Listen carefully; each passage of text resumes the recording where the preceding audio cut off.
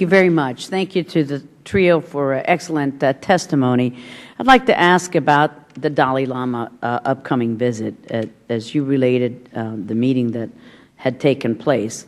But during the Dalai Lama's October 2009 visit to Washington, he was not invited to meet with President Obama at the White House.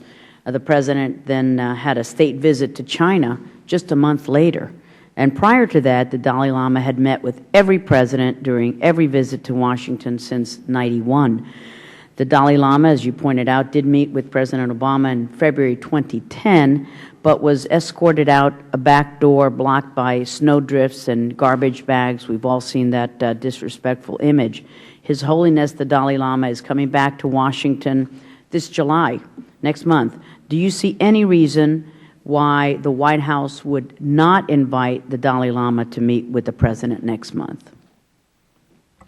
Thank you, Madam Chairman. As you said, every president for the last 20 years has met with the Dalai Lama as an internationally recognized religious leader and a Nobel laureate, and including President Obama. I don't know the specific plans for the upcoming visit, but I know that he met with him in February 2010, and we're aware that the upcoming visit is planned for July. I would strongly encourage the President to pay the proper respect that this leader deserves, and that sad escort out the back door was shameful. Deserves better treatment than that. So we hope that they have a productive meeting, and we also hope that he's treated with the respect that he has earned. On Burma, I'd like to ask about the administration's pragmatic engagement policy, whether it's principled engagement, pragmatic engagement with the junta in Burma. And it's a test case for President Obama's statement that he made, his inaugural pledge to, quote, extend a hand if you are willing to unclench your fist, end quote. However, this engagement policy appears to have borne little fruit. Since its adoption, we have seen an American citizen imprisoned and tortured, Burmese generals engaged in possible nuclear proliferation with North Korea, a flawed election last year, and the continued imprisonment of over 2,000 political prisoners, with only one, Aung San Suu Kyi, released. Can you please comment on what, if anything, has actually been gained from over 2 years of this pragmatic engagement with the generals in Burma? Thank you, Madam Chairman.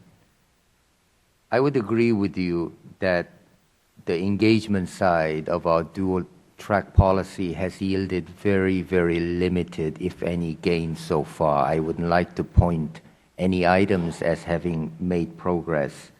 I think there are a number of enormous challenges there. Number one, what do we do about political repression, as you mentioned, represented by over 2,000 political prisoners? And what do we do about the ethnic minority groups that are especially on the border area that continue to be deprived of some of the basic rights?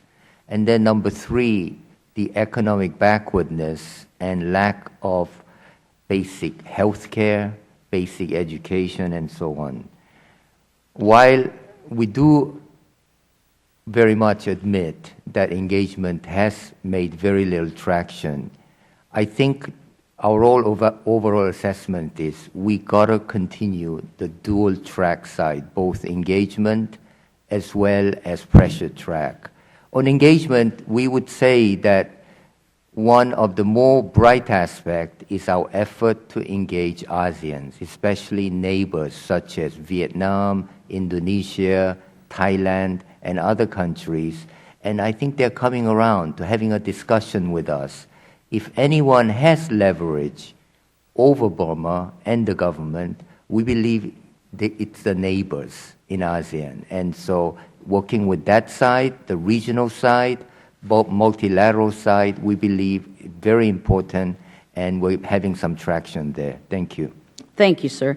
And Ambassador King, congratulations on gaining the release of U.S. citizen Eddie Chun. And as you know, many of us have have been worried about any quid pro quo about food aid in exchange to his release. I know that you spoke about it in your statements, but we worry that if there had been any discussions about an exchange for someone's life, that only encourages these hostile regimes to take further hostages so that they can get something in return. But my time is up, and I will be glad to yield now to my friend Mr. Berman for his questions.